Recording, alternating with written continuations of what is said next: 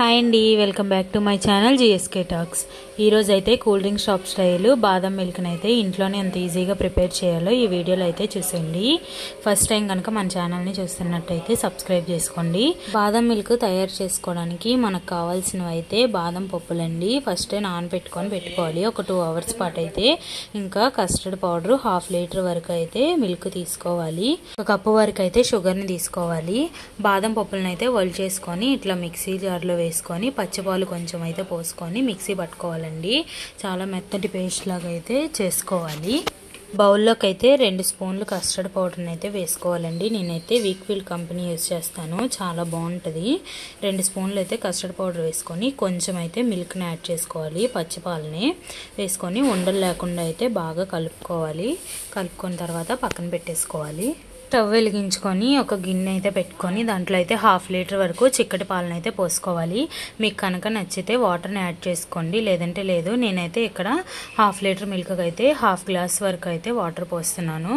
Water పోసిన తర్వాత అయితే కొంచెం మరుగుతుంది కదా, అప్పుడైతే మీకు రుచికి సరిపడంత షుగర్ని అయితే యాడ్ చేసుకోండి. చాలామంది అయితే ఫస్ట్ షుగర్ వేసేస్తారు. ఒక్కొక్కసారి అలా వేయటం వల్ల అయితే పాలు విరిగిపోతాయి.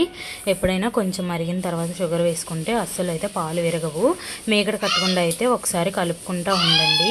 కలుపుకున్న తర్వాత అయితే ఇందాక కస్టర్డ్ పౌడర్ మనం కలిపి పక్కన పెట్టుకున్నాం కదా, ఇంకొకసారి ఉండలు లేకుండా కలిపేసుకొని దాన్ని అయితే పాలల్లోకి యాడ్ చేసేసుకోండి కలుపుకుంటా.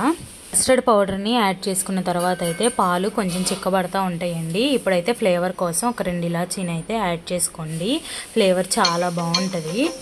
ఇలాచీని యాడ్ చేసుకున్న తర్వాత మేగడ కట్టకుండా కలుపుకుంటూ ఉండండి. ఇప్పుడైతే ఇందాక మనం బాదంని మిక్సీ వేసి పెట్టుకున్నాం కదా పేస్ట్, అది కూడా వేసుకోండి. వేసుకున్న తర్వాత ఒకసారి బాగా కలిపేసుకోవాలి. బాగా కలుపుకొని ఒక పొంగు వచ్చేంత వరకు అయితే ఉంచుకోవాలండి. స్విమ్లోనే పెట్టుకోవాలి. ఇప్పుడైతే కొంచెం చిటికడంత పసుపుని అయితే యాడ్ చేసుకోండి. మీకు నచ్చితే కనుక ఫుడ్ కలర్ని కూడా యాడ్ చేసుకోవచ్చు. నేనైతే పసుపు యాడ్ చేస్తున్నాను. ఇది పూర్తిగా ఆప్షనల్, మీకు నచ్చితే యాడ్ చేసుకోండి, లేదంటే లేదు. మంచి కలర్ అయితే వస్తుంది. ఒక 3 గంటల పాటు అయితే స్టవ్ ఆఫ్ చేసేసి ఫ్రిడ్జ్లో పెట్టుకుంటే చాలా బాగుంటుందండి. చల్లగా సమ్మర్ స్టార్ట్ అయిపోయింది కదా, ఒకసారి మీరు కూడా ఇలా ట్రై చేయండి. మన వీడియోని ఫస్ట్ టైం కనుక చూసినట్లయితే ప్లీజ్ సబ్స్క్రైబ్ చేసుకొని లైక్ చేయండి మాత్రం మర్చిపోకండి. ఇంకా మనకు నచ్చిన జీడిపప్పు బాదం పప్పులతో అయితే గార్నిష్ చేసుకొని సర్వ్ చేసుకుంటే చాలా బాగుంటుందండి.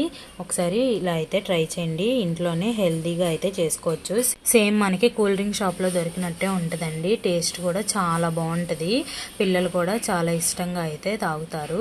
వీడియో నచ్చితే లైక్ చేసి సబ్స్క్రైబ్ చేసుకోండి.